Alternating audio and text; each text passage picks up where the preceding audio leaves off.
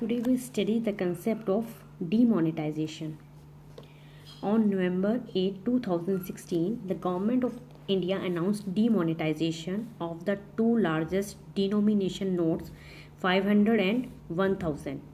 As a result, the existing rupees 500 and 1000 currency notes ceased to be a legal tender.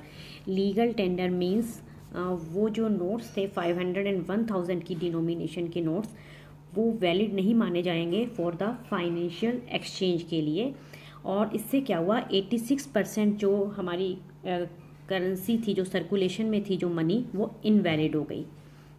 Main M जो है वो demonetisation का था, कर्ब the corruption को रोकना, counter fitting the use of high denomination notes for illegal, जो illegal activities थी उनके लिए जो है नकली जो करेंसी आ रही थी, फेक जो करेंसी आ रही थी, जो भी वो हाई डिनोमिनेशन की थी, मोस्टली 500 एंड 1000 के नोट्स थे, उनको रोकना।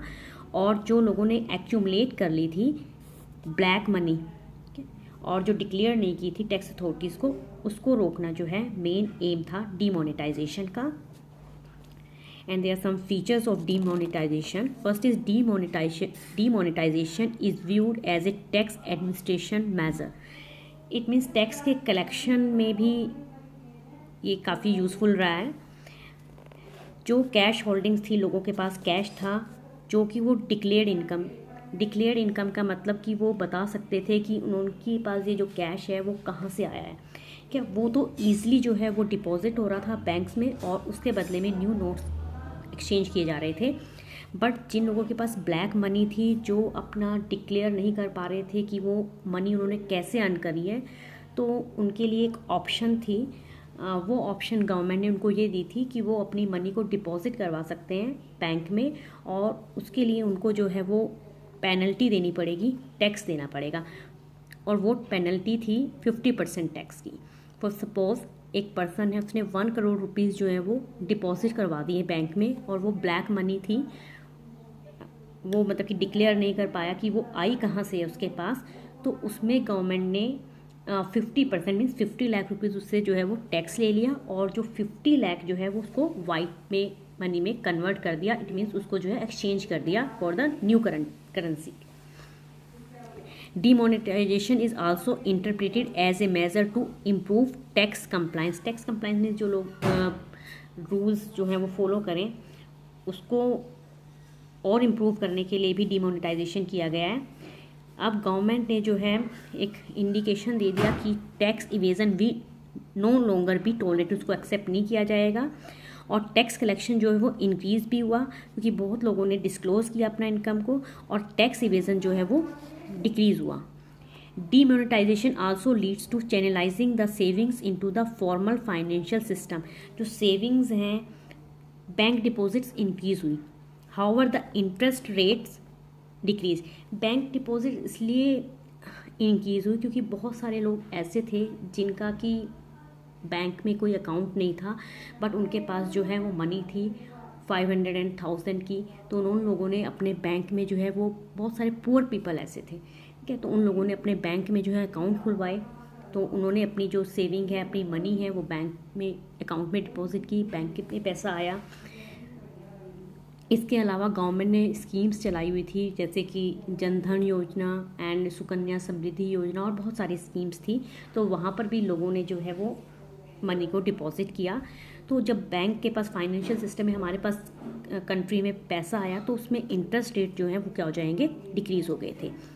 And demonetisation is aim to create a less cash और cash light economy.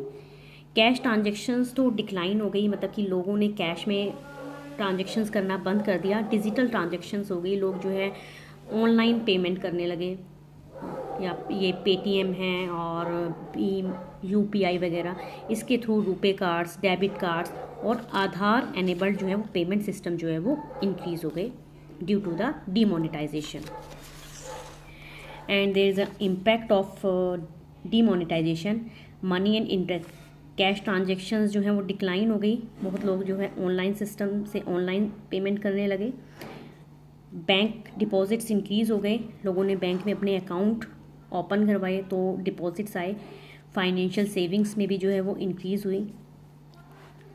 Private wealth decline हो गई क्योंकि बहुत सारे लोगों के पास ब्लैक मनी थी और वो जो उनके 500 एंड 1000 के जो नोट्स थे वो यूज़लेस हो गए।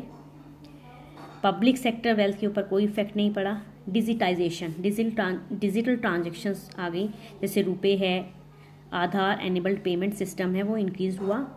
रियल एस्टेट की प्राइसेस जो हैं वो डिक्लाइन हुई। मोस्टली जो लोगों के पास ब्लैक मनी होती है उसको वो बैंक में तो डिपॉजिट नहीं करवाते, क्योंकि अगर वो उस मनी को बैंक में डिपॉजिट करवाएंगे तो गवर्नमेंट उनसे पूछेगी ये मनी कहाँ से आई, उनको टैक्स देना पड़ेगा।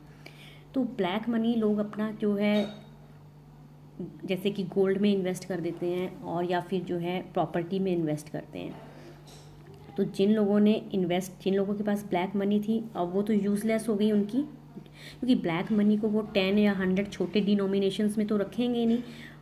वो ब्लैक मनी जो उनके पास जो है 500 या 1000 की डिनोमिनेशन में थी वो यूज़लेस हो गई और उसको वो यूज़ भी नहीं कर सकते थे, कहीं पर भी इन्वेस्ट भी नहीं कर सकते थे। तो इसलिए जो रियल एस्टेट है उसके प्राइसेस में एकदम से जो है वो डिक्लाइन हुए। Tax collection, rise in income tax का जो कलेक्शन है वो इंक्रीज़ हुआ क्योंकि बहुत सारे लोगों ने डिस्क्लोज़ भी किया।